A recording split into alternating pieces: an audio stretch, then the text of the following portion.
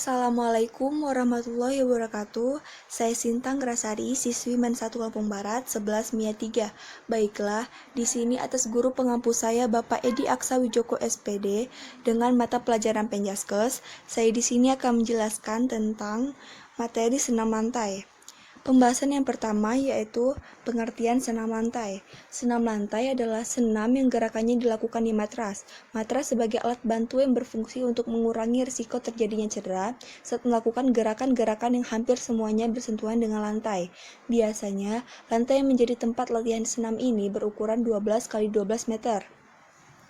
Pembahasan yang kedua yaitu tentang sejarah senam lantai.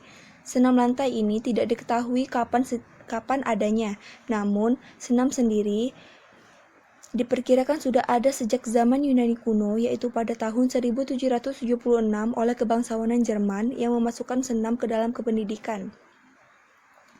Di tahun 1776, Johann Christian Friedrich Gedmos menciptakan gerakan senam yang sistematis yang disebut dengan gimnastik Farfigjagen. Berkat jasanya, ia dinobatkan sebagai Bapak Senam Dunia.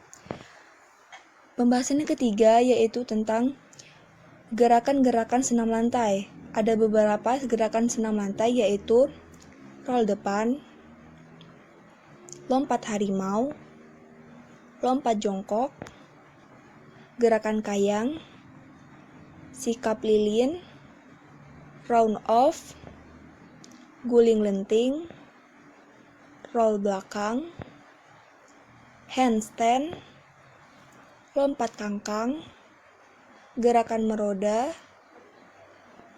dan gerakan salto. Baiklah, pembahasan yang terakhir yaitu tentang manfaat senam lantai.